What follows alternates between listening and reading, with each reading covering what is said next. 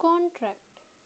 अरे बाप रे, ये तो वही है ना जो अंबानी लोग करते हैं, बड़े बड़े लोग करते हैं। ज़मीन जायदाद बेचना हो, मशीन खरीदना हो, लैंड एंड बिल्डिंग परचेज करना हो, सेल करना हो, जो भी बड़े बड़े डील्स करना हो, कंपनी चलाना हो, बड़े बड़े बिजनेस खड़ा करना हो, उसी से रिलेटेड है ना बस। नहीं, ये सब लोग कभी ना कभी इंटर करता ही है, कॉन्ट्रैक्ट कभी ना कभी करता ही है। कॉन्ट्रैक्ट सिर्फ ये नहीं जो लिखा पढ़ी के साथ हो रहा हो, बोल के भी करेंगे, हो गया कॉन्ट्रैक्ट। सपोज कहीं ट्रैवल करने निकले हैं, ठीक है, छोटा सा एरिया बड़ा एरिया जहाँ भी निकले, अगर ऑटो में चढ़े, बस में चढ़े, वहाँ भी कॉन्ट्रैक्ट बन गया। अच्छा ठीक है, नहीं गाड़ी से जा रहे, हाँ पेट्रोल भरवाया, वहाँ भी कॉन्ट्रैक्ट बन गया। सामान खरीद रहे हैं, दूध का पैकेट खरीद रहे हैं, कुछ भी खरीद रहे, स्टेशनरी खरीद रहे हैं, कॉन्ट्रैक्ट बन गया। इस फ़ोन से सुन रहे, इसमें नेट पैक भरा हुआ है, जो नेट पैक भरा हुआ है ना उसमें भी कॉन्ट्रैक्ट बन गया। फ़ोन खरीदे उसमें भी बना था, हर जगह कॉन्ट्रैक्ट।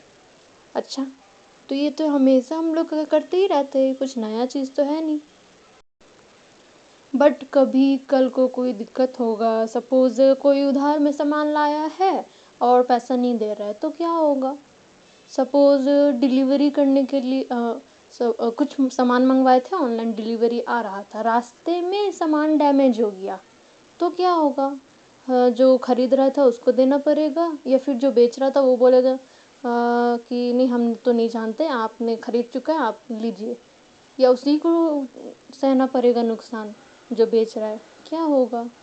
बहुत सारी चीज़ें हैं जिसके लिए ये कॉन्ट्रैक्ट एक्ट बना है, द इंडियन कॉन्ट्रैक्ट एक्ट 1872। इसके बारे में जानना बहुत अच्छा है।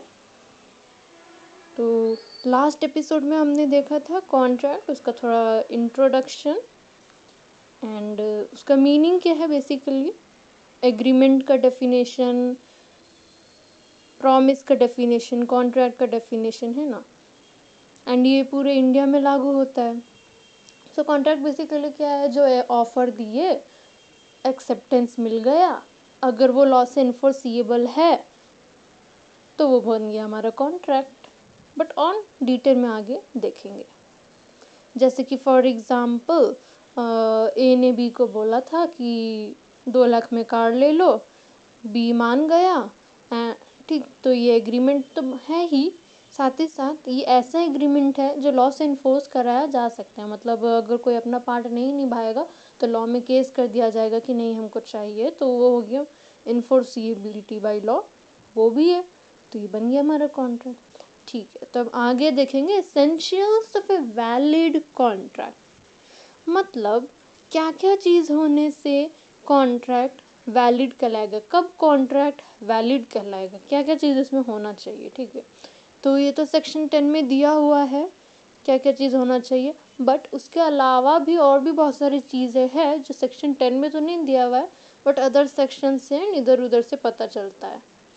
तो not given by section 10 but are also considered essential. इसमें हम लोग 5 एलिमेंट्स देखेंगे, और सेक्शन 10 में तो खैर 6 एलिमेंट है ही, वो भी देखेंगे। तो पहले जो नहीं दिया हुआ है, जो मेन है, बेसिक है, होना ही चाहिए, अपना भी लॉजिक लगाओ तो समझ में आता है कि ये होना चाहिए। तो क्या है 5 एलिमेंट। सबसे पहले 2 पार्टीज, मिनिमम 2 पार्टीज का होना तो ज़रूरी है, एटलीस्ट 2 पार्टीज, मैक्सिमम कितने भी हो सकते हैं।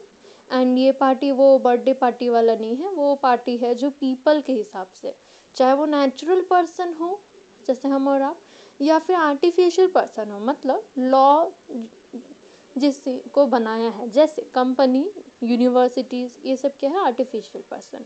तो कोई भी पार्टी हो, कोई भी पर्सन हो, तो 2 पार्टीज का मिनिमम होना ज़रूरी है।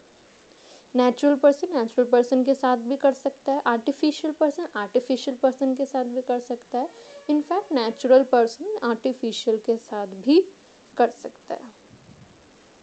अब खुद ही देखो ना, 2 पार्टी होगा कम से कम तभी तो कॉन्ट्रैक्ट बनेगा। एक ऑफर दे रहा होगा, दूसरा एक्सेप्ट कर रहा होगा। जैसे सेल ही है तो एक सेलर होगा, एक बायर होगा, एक बेचेगा, दूसरा खरीदेगा। दोनों ही पार्टी 2 डिफरेंट पार्टीज होना चाहिए। कोई एक साइड हम रख ले हम ही हैं, दूसरे साइड भी हम ही हैं, हम खुद का सामान खरीद रहे हैं क्या, ऐसा होगा क्या, नहीं। वो उस तरीक़े से नहीं होता है, तो दो पार्टी का होना ज़रूरी है। कोई खुद से कॉन्ट्रैक्ट नहीं कर सकता है। हमने अब कमिटमेंट कर दिया कि हम ये करेंगे, ठीक है करो, बट वो कॉन्ट्रैक्ट नहीं कहलाएगा ना। इसी में एक फेमस केस लॉज है। केस लॉज मतलब वही जो केस आया है, कभी कभी ये कोर्ट क्या करता है कि कुछ भी केस आया है तो वो सबको समझाने के लिए वो केस लॉ निकालता है कि ऐसा ऐसा सिचुएशन आया था, ये सिचुएशन था, ये इसने इसके खिलाफ कंप्लेन किया था, जजमेंट क्या पास रहा, वो अमाउंट रिकवर कर पाया कि नहीं, या लाइक दैट जो भी है, तो वो समझाने के लिए वो बताया जाता है। अगले बार भी वैसा कुछ आए तो कैसा जजमेंट पास होगा उसके लिए भी हेल्प मिलता है ना। तो सबसे पहले टू पार्टीज, इसमें केस लॉ क्या है, state of Gujarat versus Ramlal essence company. मतलब प्लेंटिफ यहाँ पे कौन है, गुजरात, डिफेंडेंट कौन है, रामलाल एसन कंपनी। बेसिकली बताते ही एक पार्टनरशिप फॉर्म है रामलाल एसन कंपनी जिसके ऊपर केस किया गया है।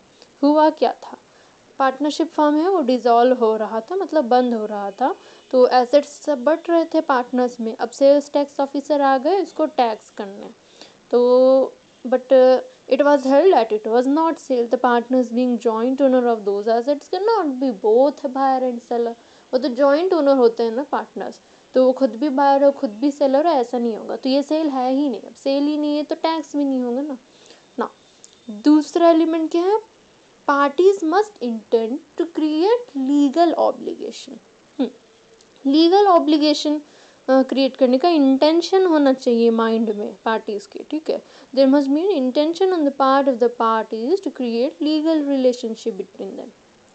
Social or domestic type of agreements are not enforceable in court of law and hence they do not result into contracts।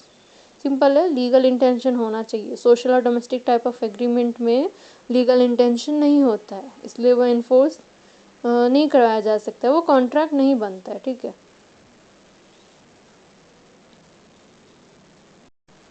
छोटे मोटे डोमेस्टिक एग्रीमेंट्स या बड़े बड़े भी ठीक है, बट सोशल डोमेस्टिक एग्रीमेंट तो होते रहते हैं ना। सपोज हस्बैंड वाइफ के बीच में, हाँ तुम ये कर लेना हम ये कर लेंगे, तो क्या वो कॉन्ट्रैक्ट बनते जाएगा, नहीं।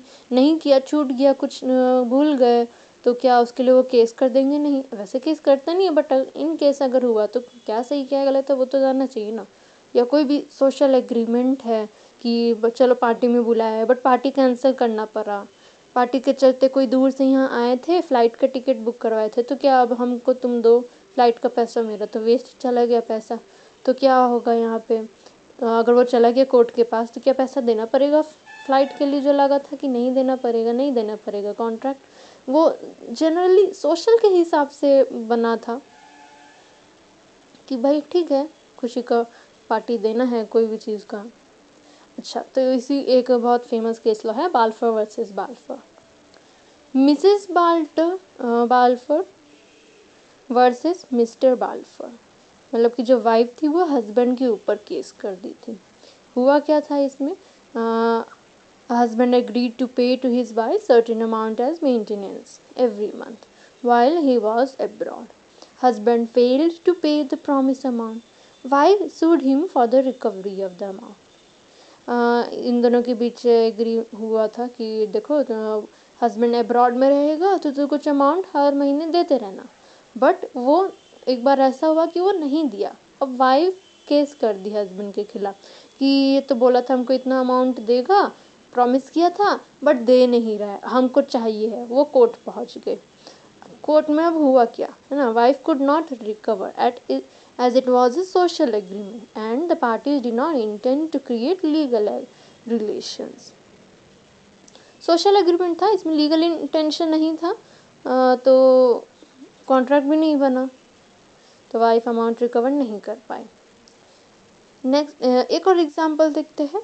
लेखपाल promises to pay ₹5 lakhs to his son if the son passes the CA exams। On passing the exams, the son claims the money। अरे वो अच्छी बात है, वो प्रॉमिस किया था कि सीए का एग्ज़ाम पास हो जाएंगे तो बेटा को देगा 5 लाख रुपया, बट सीए पास तो हो गया बेटा, बट 5 लाख रुपीज़ तो फादर से मिला ही नहीं। अब बच्चा चले, हेयर द सन, हाँ ठीक है, बच्चा चले गए कोर्ट के पास। हुआ क्या, here the son could not recover as it was a social agreement.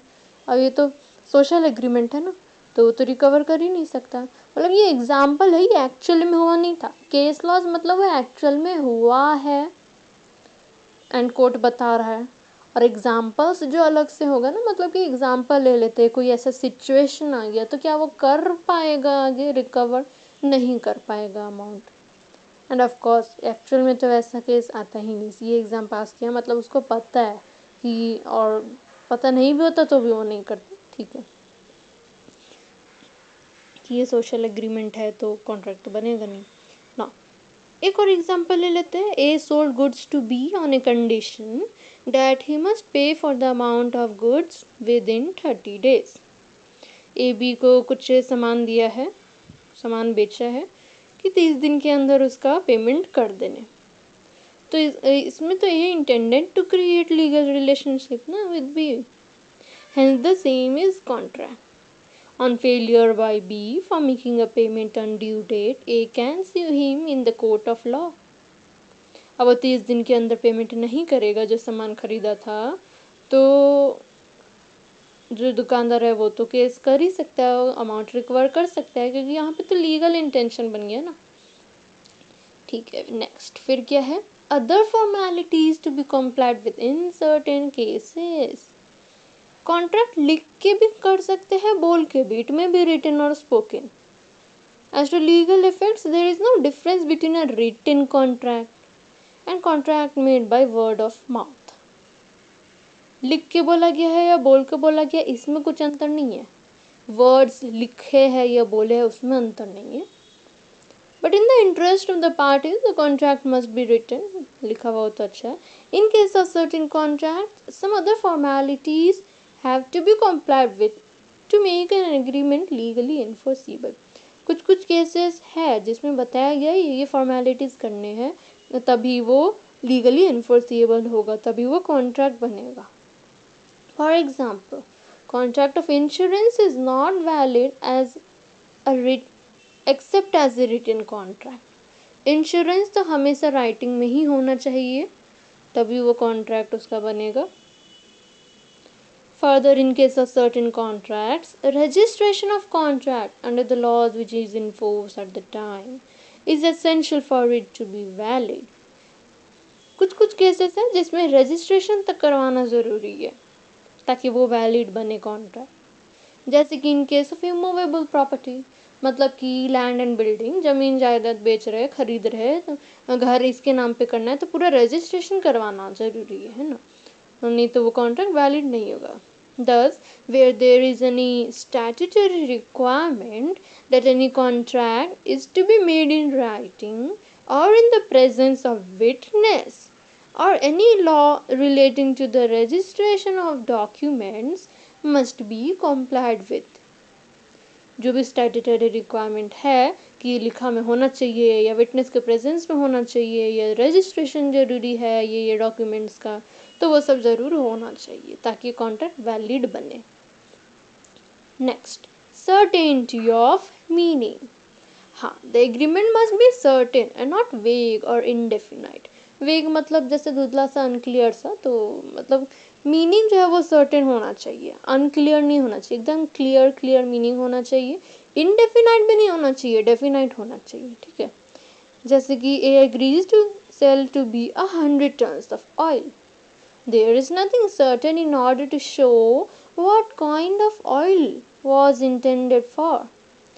तेल तो देना है, 100 tons ऑफ ऑयल देना है, बट कौन सा oil, motor oil, cooking oil, कौन सा ऑयल, कुछ भी यहाँ पे नहीं बताया गया, तो ये सर्टेन नहीं था मीनिंग, तो ये कॉन्ट्रैक्ट भी नहीं बना। एक और example, XYZ Limited agreed to lease the land to Mr. A for indefinite years। The contract is not valid as the period of lease is not mentioned। XYZ Limited है, वो कोई लैंड को lease पे दे रहा है mister A को indefinite years के लिए, ये भी वैलिड नहीं होगा बिकॉज पीरियड ऑफ लीज है कि कितने समय तक वो लीज में देगा, तो वो मेंशन नहीं किया हुआ है, तो ये भी कॉन्ट्रैक्ट वैलिड नहीं होगा। फिर क्या है, possibility of performance of an agreement. हाँ, The terms of agreement should be capable of performance. An agreement to do an act impossible in itself cannot be enforced. Terms and conditions जो भी agreement के वो कम से कम possible तो हो, ऐसा ही नहीं कि इम्पॉसिबल ही हो, किया ही ना जा सके. For example, A agrees with B to discover treasure by magic. The agreement can not be enforced as it is not possible to be perform. Possible और हार्ड में अंतर होता है. पॉसिबल ही नहीं है, दुनिया गोल है, गोल ही रहेगी, उसको सीधा करने के लिए पैसा दे रहे, पॉसिबल ही नहीं है. इस केस में क्या है, जैसे ये एग्जांपल में A agrees with B to discover treasure by magic. अब यहाँ पे ट्रेजर का दो मीनिंग हो सकते हैं, या तो खजाना कि भाई जादू से खजाना ले आएंगे. दूसरा मीनिंग ये डेथ पर्सन को अलाइव, किसी का लाश है, डेड बॉडी है, पड़ा हुआ है, उसको जिंदा कर देंगे. पॉसिबल है क्या? नहीं, बिल्कुल नहीं. तो ये एग्रीमेंट कॉन्ट्रैक्ट बनेगा ही नहीं, इम्पॉसिबल है, कैसे बनेगा. तो ये 5 एलिमेंट्स है जो सेक्शन 10 में तो नहीं दिया हुआ है, बट हाँ ये सब भी ज़रूरी है for a contract in order to be valid. क्या क्या है? 2 parties must intend to create legal obligations, other formalities to be complied with in certain cases, certainty of meaning, possibility of performance of an agreement. कम से कम 2 party होना चाहिए, maximum कितना भी हो. Legal intention होना चाहिए, अगर कुछ फॉर्मेलिटीज़ है कि लिखा में होना चाहिए, रजिस्ट्रेशन ज़रूरी है तो वो भी करना ज़रूरी है. सर्टेनिटी ऑफ मीनिंग होना चाहिए, मीनिंग सर्टेन होना चाहिए, इंडेफिनाइट भी नहीं होना चाहिए. एंड कम से कम जो एक्टिविटी है वो पॉसिबल तो हो परफॉर्म करने के. तो ये सब चीज़ होना ज़रूरी है. इस बीच हम लोग ने अभी तक 2 केस लॉज देखे. एक तो state of Gujarat versus Ramlal and company, जो पार्टनरशिप वाला था, डिसॉल्व हो गया था, सेल टैक्स करने के लिए आया, बट वो तो सेल था ही नहीं ना, because partners being joint owner can not be both buyer and seller. और दूसरा था Balfour versus Balfour, husband wife वाला, जो अमाउंट वो रिकवर नहीं कर पाई थी. हस्बैंड पेमेंट किया था ना मंथली देने का, बट वो रिकवर नहीं कर पाई बिकॉज वो तो सोशल एग्रीमेंट था ना, डोमेस्टिक एग्रीमेंट ना. Second, essentials of a valid contract as given by section 10 of Indian Contract Act 1872. जो सेक्शन 10 में दिया हुआ है 6 है. हालांकि इसमें सिर्फ एक सेंटेंस है और उसको तोड़ तोड़ के समझ के 6 एलिमेंट बताया गया है. वो हम लोग पहले देख लेते हैं. एग्जैक्ट सेंटेंस क्या लिखा हुआ है वो बाद में देखेंगे. तो सबसे पहले ऑफर एंड एक्सेप्टेंस और एन एग्रीमेंट. हाँ, तो सबसे पहले ऑफर का होना ज़रूरी है. ऑफर देगा, उसको एक्सेप्टेंस मिलना ज़रूरी है. एक्सेप्टेंस ही नहीं मिला था तो आगे तो कॉन्ट्रैक्ट दूर की बात. तो पहले ऑफर को एक्सेप्टेंस मिलना ज़रूरी है, मतलब कि एग्रीमेंट बनना ज़रूरी है. ठीक है. An agreement is an outcome of offer and acceptance. The agreement is the first essential element of a valid contract. Now, फिर क्या है? Free consent. इसमें भी 2 चीज़ निकल के आती. एक तो कंसेंट होना चाहिए, दूसरा वो कंसेंट फ्री होना चाहिए. 2 or more persons are said to consent when they agree upon the same thing in the same sense. This can also be understood as identity of minds in understanding the terms, which consensus ad idem. मतलब जो भी parties है ना, वो same चीज़ को सोच रही है, सेम थिंग को, और सेम सेंस में ले रही है. एक जन अपना ब्लू कार देना चाह रही है और दूसरा भी उसका ब्लू कार ही लेना चाह रही है, रेड वाला नहीं. वो सोची थी कि अपना ब्लू कार देगी और सामने वाली सोच रही है कि नहीं, हम तो रेड कार लेंगे. तो कंसेंट नहीं है. तो मीटिंग ऑफ माइंड्स, दोनों मन में सेम चीज़ सोच रहे हैं. कॉन्सेंसस एड आइडम एक लैटिन वर्ड है, उसका मतलब वही है consent at the same thing. या हाँ ठीक है, consent at the same thing. In the same sense भी होना ज़रूरी है. जैसे कि कोई एक रूम दे रहा है, बट एक जन सोच रहा है बेचने के हिसाब से में और एक जन सोच रहा है रेंट पे, तो ये तो गड़बड़ हो गया ना। सेम थिंग होना चाहिए और सेम सेंस में होना चाहिए। ठीक है, कंसेंट तो है। Further such a consent must be free, consent तो हो ही, साथ ही साथ वो फ्री होगा। Consent would be considered as free consent if it is not caused by coercion, undue influence, fraud, misrepresentation और mistake। ये 5 केस दिया हुआ है जिसमें कंसेंट फ्री नहीं माना जाता है, और ये पांचों ही केस आगे डिटेल में देखेंगे। अभी थोड़ा मोड़ा देख लेते हैं। कोवर्शन हो गया, जैसे फिजिकल प्रेशर दिया जा रहा है, जैसे बंदूक दिखा के बोला जा रहा है कि ये 4 करोड़ का घर है, ये हमको 50 लाख में दे दो। तो ये तो फिजिकल प्रेशर दिया जा रहा है बंदूक में। अगर वो मान भी गया सामने वाला पार्टी की हाँ बंदूक दिखाया जा रहा है, तो मान गया। बट यहाँ पे कोवर्शन से वो किया है ना, तो ये कंसेंट फ्री नहीं था। हार्म ही भर चुका है कि हाँ ठीक है बेच देंगे, साइन उन भी कर लिया, बट वो फ्री नहीं है, ज़बरदस्ती में किया ना। और दूसरा क्या है, अनड्यू इन्फ्लुएंस, मतलब मोरल प्रेशर या मेंटल प्रेशर। कोई पोजीशन का फ़ायदा उठा के, सपोज पेरेंट्स एंड चिल्ड्रन में कुछ हुआ है, चिल्ड्रन ठीक है 18+ में है, कि बूढ़े पिताजी हैं सपोज, उनके नाम पे घर है, अब बेटा बोल रहा है मेरे नाम पे कर देने, वरना वो ख्याल नहीं रखेगा, तो वो कर दिए कि देना तो वैसे भी उन्हीं को है, बेटा को ही अभी ही दे देते हैं, तो दे दिए। तो अनड्यू इन्फ्लुएंस था यहाँ पे।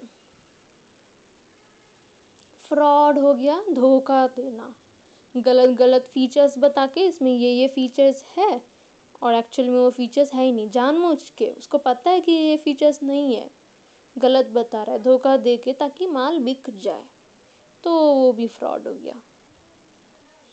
मिस रिप्रेजेंटेशन, नहीं पता था कि इसमें ये गलती है, या फिर ठीक है हम खुद तो यूज़ किए नहीं, ये हाई फाई फ़ोन है सपोज, लैपटॉप है, खुद तो यूज़ नहीं किए, ऊपर से जो बताया गया ये फीचर्स बताना है हम तो बता रहे हैं, उसको पता नहीं था कि इसमें ये गड़बड़ी है या फिर ये फीचर नहीं है, एंड वो थोड़ा गलत बता दी, नहीं पता था, तो मिस रिप्रेजेंटेशन और मिस्टेक, गलती हो गया।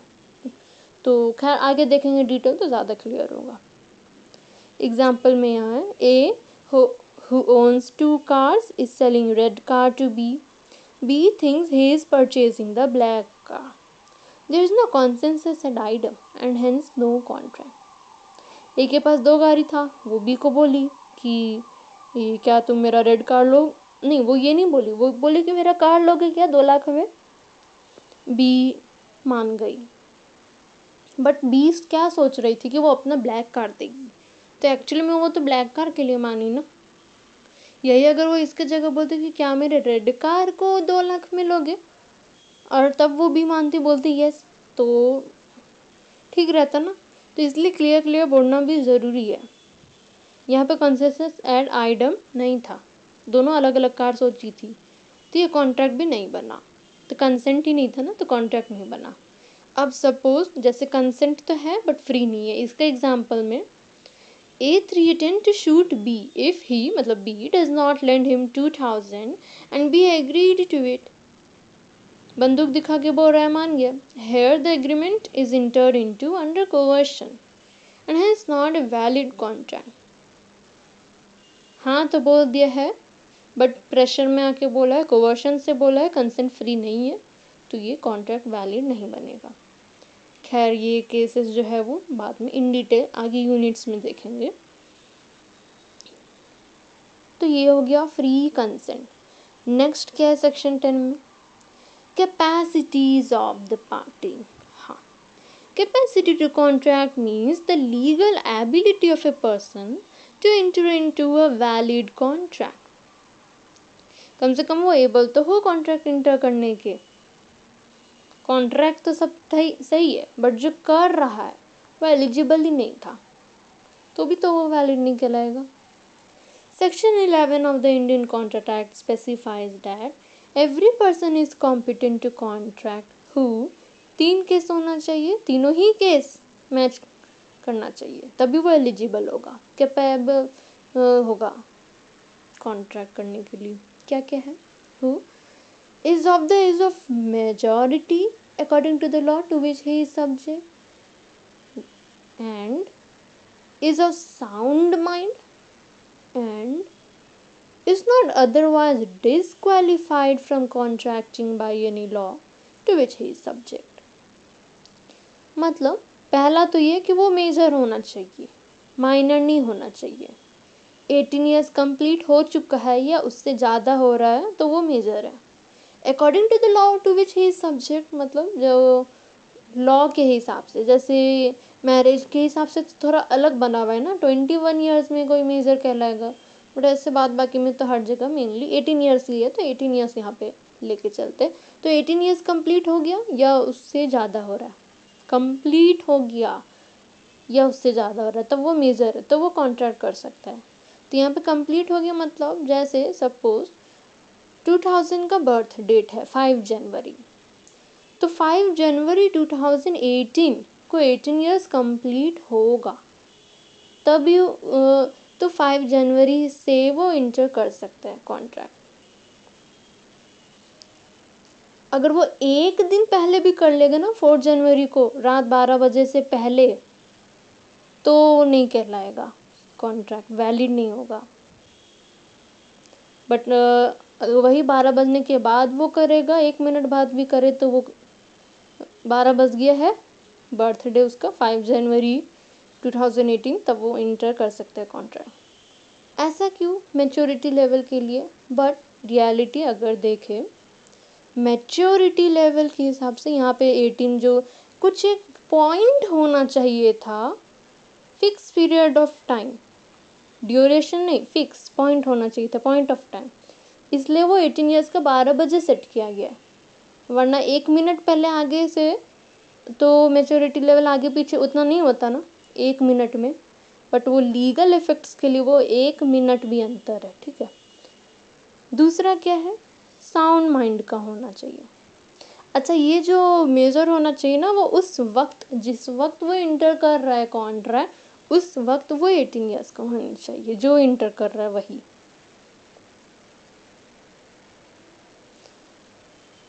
अब सपोज यहाँ पे कोई चाइल्ड के लिए इंटर कर रहा है कि पेरेंट्स है, स्कूल का फीस दे रहे हैं, तो पेरेंट्स 18 ईयर्स अबव है, वो कर सकते हैं, ठीक है। चाइल्ड के बिहाफ में कर रहे हैं, पढ़ना चाइल्ड को है, पढ़ाया चाइल्ड को जाएगा, बट पेमेंट पेरेंट्स कर रहे हैं, वो उनका 18 ईयर्स अबव है, तो वो कर सकते हैं कॉन्ट्रैक्ट। तो कॉन्ट्रैक्टिंग पर्सन का एज 18 ईयर्स अबव होना चाहिए, 18 ईयर्स या उससे ज़्यादा। दूसरा क्या है? Sound mind. हाँ, he should be in his senses so that he understands the implication of the contract at the time of entering into a contract। समझ तो सके, साउंड माइंड का हो, समझ सकेगा कि कॉन्ट्रैक्ट करने से ये उसका इम्प्लीकेशंस होगा। जिस वक्त वो कॉन्ट्रैक्ट कर रहा है उस वक्त वो साउंड माइंड का होना चाहिए। कौन कौन अनसाउंड होता है? A lunatic, an idiot. यहाँ पे वो इडियट नहीं किया है, देखो इडियट नहीं, नॉर्मल वाला नहीं, एक्चुअली में जो है a lunatic, an idiot, a drunken person और under the influence of some intoxicant is not supposed to be a person of sound mind. कुछ कुछ होते हैं परमानेंटली अनसाउंड माइंड के, कुछ कुछ का होता है कि नहीं, कुछ समय के लिए साउंड माइंड हो गए, कुछ समय के लिए अनसाउंड है, ठीक। साउंड अनसाउंड वो लोग होते रहते हैं। तो जिस वक्त वो साउंड माइंड का है तब वो कॉन्ट्रैक्ट इंटर कर सकते हैं, जिस वक्त वो अनसाउंड माइंड का है तब वो कॉन्ट्रैक्ट इंटर नहीं कर सकते, करेगा तो वो वैलिड नहीं कहलाएगा। पता कैसे चलेगा कब साउंड है कब साउंड नहीं है? वो मेडिकल से, वो बाद में कोर्ट में, वो सब कैसे पता लगाना है वो हमारा काम नहीं है, वो लॉयर का काम है, बट क्या सही है क्या गलत है वो हमको जानना है, ठीक है। और जैसे हाँ, ड्रंकन पर्सन है, पिया हुआ है, नशे में है, तो उस वक्त भी वो साउंड माइंड का नहीं है, तो उस वक्त अगर वो कोई इंटर करेगा कॉन्ट्रैक्ट तो वो भी वैलिड नहीं होगा, बट जब ठीक हो गया तब कर रहा है तब वो वैलिड होगा, सिंपल ना। फिर क्या है? हाँ, डिस्क्वालीफाइड भी तो नहीं होना चाहिए। person entering into a contract should not be disqualified by his status in entering into such contracts. Such persons are an alien enemy, foreign sovereigns, convicts etc. Disqualify भी नहीं होना चाहिए. एलियन एनिमी मतलब क्या? देखिए, एक तो अलग अलग कंट्री में बना रहता है कि हाँ, इस कंट्री के साथ कॉन्ट्रैक्ट कर सकते हैं, इस कंट्री के कोई भी इंसान के साथ कॉन्ट्रैक्ट करना है या नहीं. वैसे उन लोग का ऊपर से गवर्नमेंट के साथ अपना रहता है. बट उस तो एलियन फ्रेंड और एलियन एनिमी में क्या अंतर है? एलियन फ्रेंड ठीक है, जब वो लोग कर सकते हैं तब एलियन फ्रेंड है. एनिमी यहाँ पे सपोज वही कंट्री के बीच में वॉर छिड़ गया. अब जब वॉर हो रहा है तब उस पॉइंट, उस ड्यूरेशन के लिए वो एलियन एनिमी बन गया. अब जब वो एलियन एनिमी बन गए हैं तब वो कॉन्ट्रैक्ट इंटर नहीं कर सकते. वॉर जो चल रहा है दोनों कंट्री के बीच में, तो उन दोनों की कंट्री के आपस में कोई भी इंसान नहीं कर सकता उस कंट्री के साथ, उस कंट्री के इंसान के साथ कॉन्ट्रैक्ट. वैलिड नहीं कहलाएगा. फॉरेन सोवरेन्स नहीं कर सकते. कॉन्विक्ट्स मतलब मुजरिम, जेल के पीछे सजा काट रहा है कोई, तो वो भी कॉन्ट्रैक्ट एंटर नहीं कर सकते. They are disqualified unless they fulfil certain formalities required by law. वैसे तो वो लोग डिस्क्वालीफाइड है, बट कुछ कुछ फॉर्मेलिटीज होते हैं, अगर वो लोग कर ले तब वो लोग कॉन्ट्रैक्ट कर सकते हैं. ऐसा नहीं कि कर ही नहीं सकते, बट वो फॉर्मेलिटीज पूरा करना पड़ेगा. Contracts entered by persons not competent to contract are not valid. Major कर सकता है, साउंड माइंड का कर सकता है, जो डिस्क्वालीफाइड नहीं है वो कर सकता है, तो ये लोग कर सकते हैं. बट जो अगर माइनर है या अनसाउंड माइंड है या डिस्क्वालीफाइड है लॉ से, वो लोग एंटर नहीं कर सकते. अगर कर लेंगे तो वो वैलिड नहीं कहलाएगा. तो तीनों ही केस फुलफिल होना ज़रूरी है. मेजर भी होना चाहिए, साउंड माइंड भी होना चाहिए और डिस्क्वालीफाइड नहीं होने चाहिए. तो ये capacity of the parties. Next, consideration. हाँ, it is referred to as quid pro quo. ये भी लैटिन वर्ड है, क्विड प्रो क्यो, मतलब समथिंग इन रिटर्न. बदले में कुछ ना कुछ तो चाहिए, सारी ही पार्टीज को चाहिए. खैर गिफ्ट एंड ऑल में थोड़ा अंतर होता है, वो आगे एक्सेप्शंस है, आगे देखेंगे. बट ऐसे जनरली सारे ही पार्टी को कंसिडरेशन कुछ ना कुछ तो होने चाहिए, समथिंग इन रिटर्न. अब एडिक्वेट ना हो या सफिशिएंट ना हो चलेगा, बट होना चाहिए.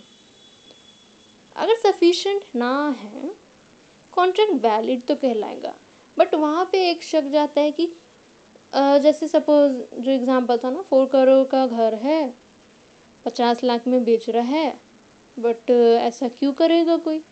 तो वहाँ पे शक जाता है कि कहीं वो कंसेंट ज़बरदस्ती से तो नहीं लिया गया, बंदूक वगैरह दिखा के कंसेंट फ्री ना हो. बट वो कर सकता है, उसमें कोई दिक्कत नहीं है. सपोज मन किया, ज़रूरत था 50 लाख का, या मन किया, या पता नहीं था कि वो घर का वैल्यू अभी 4 करोड़ हो गया है, वो जब लिया था तब तो कम का था, कर दिया 50 लाख में बेच दिया तो बेच दिया, कॉन्ट्रैक्ट वैलिड कहलाएगा. A valuable consideration in the sense of law may consist either in some right, interest, profit, or benefit accruing to one party, or some forbearance, detriment, loss, or responsibility given, suffered, or undertaken by the other.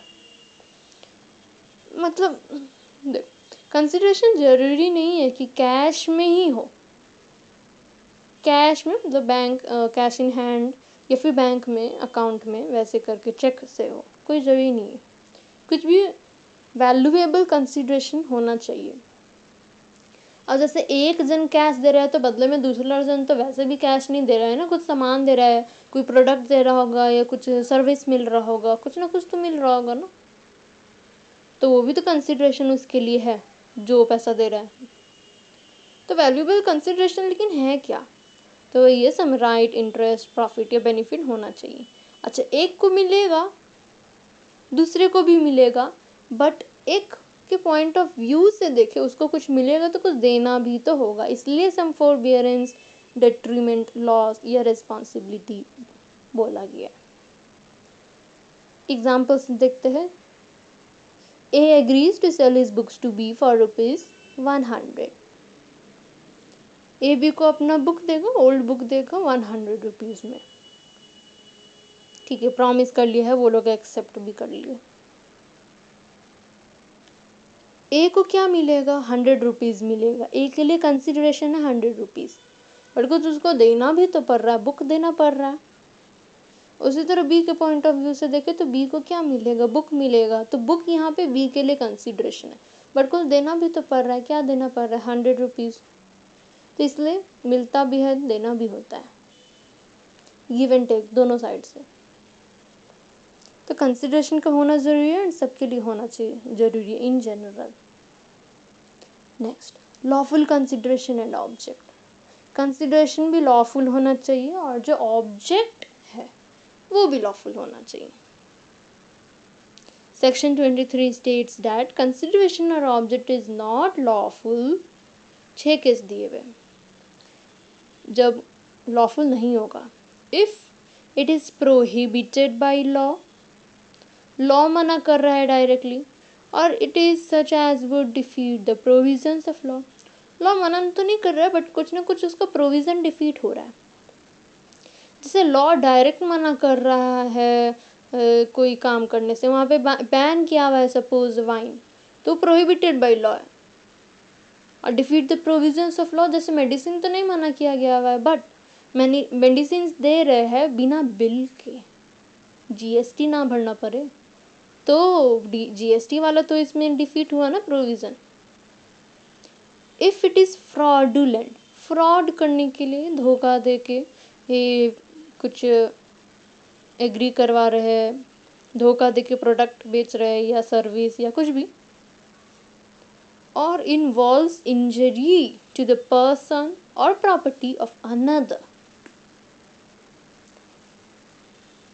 Injury to the person, murder वगैरह, kidnap वगैरह कुछ करवाने के लिए अगर कुछ ये contract बन रहा है तो वो लॉफुल नहीं होगा।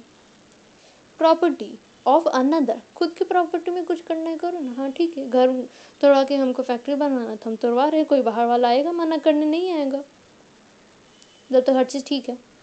बट अगर किसी और का घर तोड़वा रहे हैं, सपोज प्रॉपर्टी को तोड़वा रहे कोई भी, तो वो और घर तोड़वाने के लिए कॉन्ट्रैक्ट बना रहे, तो वो कॉन्ट्रैक्ट वैलिड नहीं कहलाएगा। और court regards it as immoral. Rent पे तो दे रहे हैं कोई रूम, हाँ ठीक है, उसमें क्या दिक्कत है, बट वो रूम का गलत तरीका से उपयोग होने वाला, उसके लिए दे रहे, बार के लिए या कुछ भी, किडनैप करके वहाँ रूम में रखा जाएगा, इसलिए रेंट दे रहे हैं उस रूम को, तो वो भी नहीं होगा लॉफुल। या अपोज्ड टू पब्लिक पॉलिसी, कोई पोजीशन पाने के लिए या कोई रिवॉर्ड पाने के लिए घूस दे रहे हैं, ब्राइब दे रहे, तो वो भी नहीं होगा लॉफुल। हालांकि ये बात अलग है कि वो लोग उसके लिए कॉन्ट्रैक्ट क्यों बनाने जाएंगे लीगल, उनको तो केस से वहाँ कोर्ट से बच के रहना है ना, पर ठीक है, वो सब लॉफुल नहीं होगा। तो कंसिडरेशन और ऑब्जेक्ट दोनों ही लॉफुल होना चाहिए। कब कब लॉफुल होगा, कब नहीं होगा? 6 केसेस जब वो नहीं होगा। If it is prohibited by law, or it is such as would defeat the provisions of law, fraudulent, or involves injury to the person or property of another, or court regards it as immoral, or opposed to public policy। ये case में lawful नहीं है तो वो contract valid भी नहीं होगा। Example, A promises to drop prosecution instituted against B for robbery, and B promises to restore the value of the things taken. The agreement is void as its object is unlawful। A B के ऊपर case कर दिया था कि B उसका सामान चोरी किया। अब ठीक है, केस इधर चल रहा था, B इधर आया पीछे से कि सुनो ये केस को ड्रॉप कर लो, हम सामान लौटा देंगे। बट इस यहाँ पे ऑब्जेक्ट अनलॉफुल है तो इसलिए एग्रीमेंट वॉइड है। एक और एग्जांपल, A agrees to sell his house to B against 100 cases of cocaine drugs. Such agreement is illegal and the consideration is unlawful as the consideration is unlawful. A B को house बेच रहा है, ठीक है, क्या दिक्कत है, बट बदले में वो 100 केजीज ड्रग देगा, तो कंसिडरेशन जो दे रहा है, जो मिलेगा बी को, वो तो अनलॉफुल है, ड्रग्स इलीगल है इनफैक्ट ये तो। Such agreement is illegal as the consideration is unlawful, यहाँ पे तो इलीगल ही है। ये ड्रग्स की जगह सपोज कहीं पे वाइन बैन है, वहाँ पे वाइन दे रहा है, वो भी अनलॉफुल होगा। तो कंसिडरेशन चाहे अनलॉफुल हो या ऑब्जेक्ट अनलॉफुल हो, दोनों ही केस में कॉन्ट्रैक्ट वैलिड नहीं होगा। फिर लास्ट क्या है, not expressly declared to be void. हाँ, the agreement entered into must not be which the law declares to be either illegal or void। Law कुछ कुछ डिक्लेयर किया हुआ है कि ये लीगल है या ये वॉइड है, उसमें से भी एक नहीं होना चाहिए।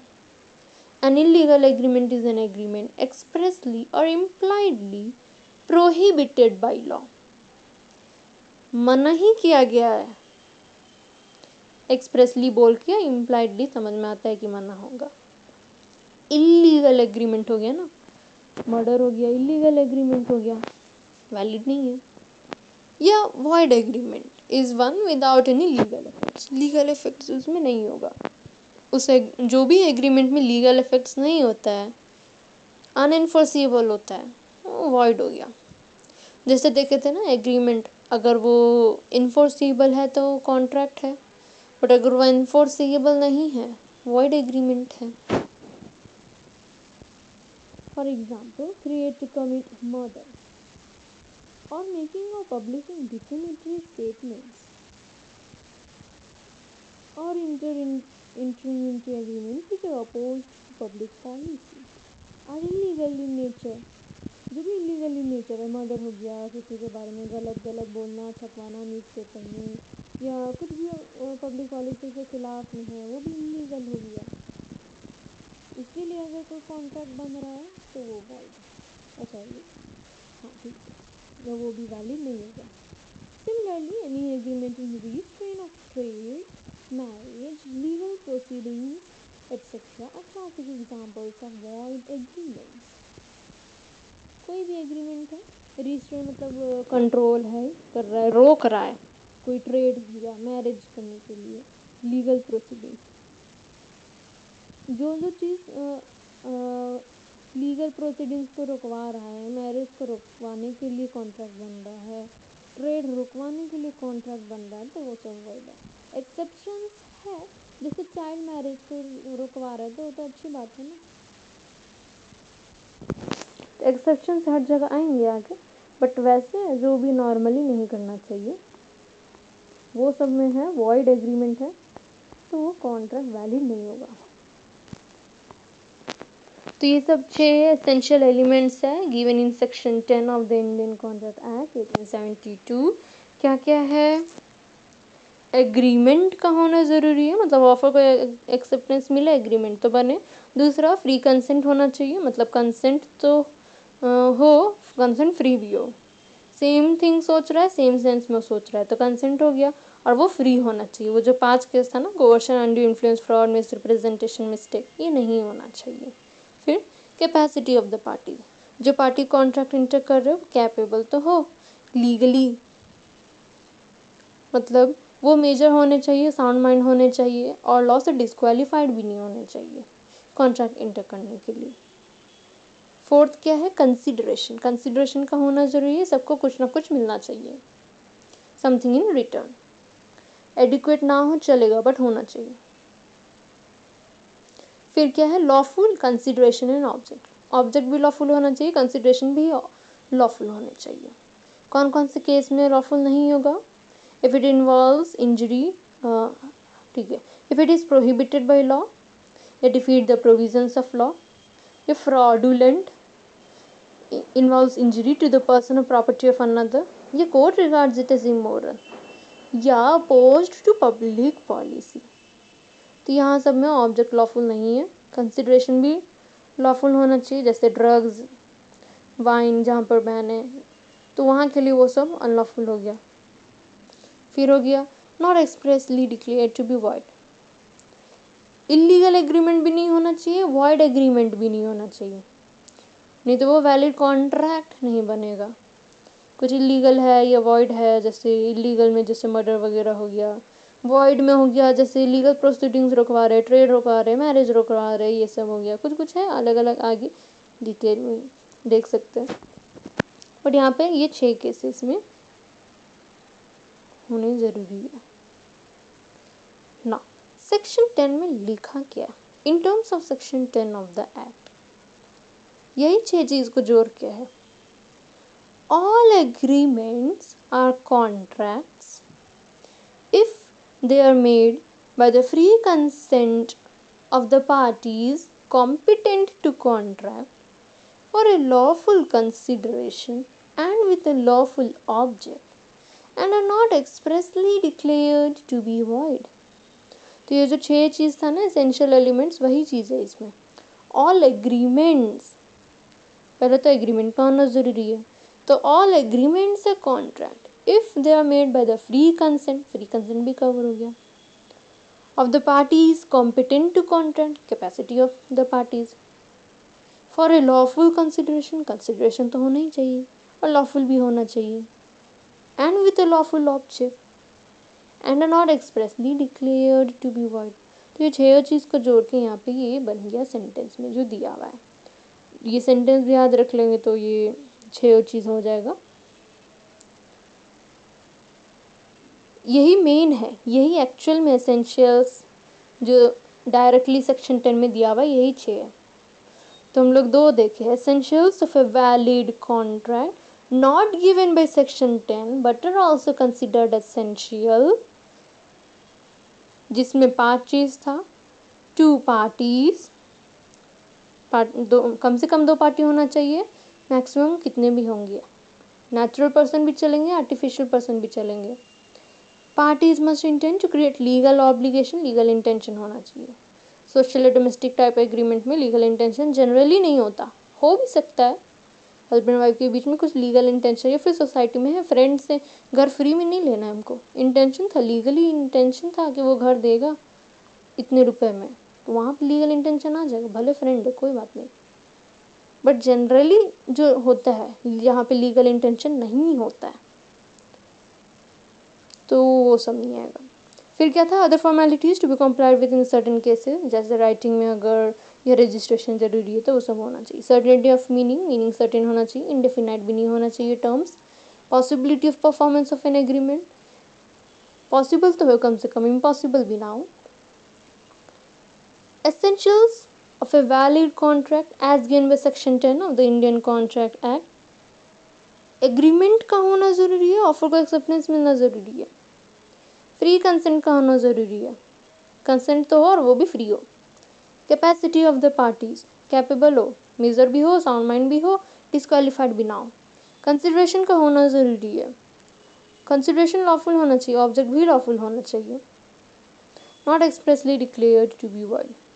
तो वही है, in terms of section 10 of the act all agreements are contract if they are made by the free consent of the parties competent to contract for a lawful consideration and with a lawful object and are not expressly declared to be void. ये main sentence है। तो यही था आज का, ये जो भी एसेंशियल्स है ना, सारे एसेंशियल एलिमेंट्स होने चाहिए, कोई एक भी एलिमेंट इसमें से मिसिंग होगा ना तो वो कॉन्ट्रैक्ट वैलिड नहीं कहलाएगा। कोई भी एक्सेप्शंस जो भी होता है वो आगे इन डिटेल है, वो देखेंगे, बट ऐसे जनरली ये सारे चीज़ का होना ज़रूरी है, तभी वो कॉन्ट्रैक्ट वैलिड कहलाएगा। तो ये मेन पार्ट था यहाँ पे, essentials of a valid contract. So आज के लिए इतना ही, थैंक यू।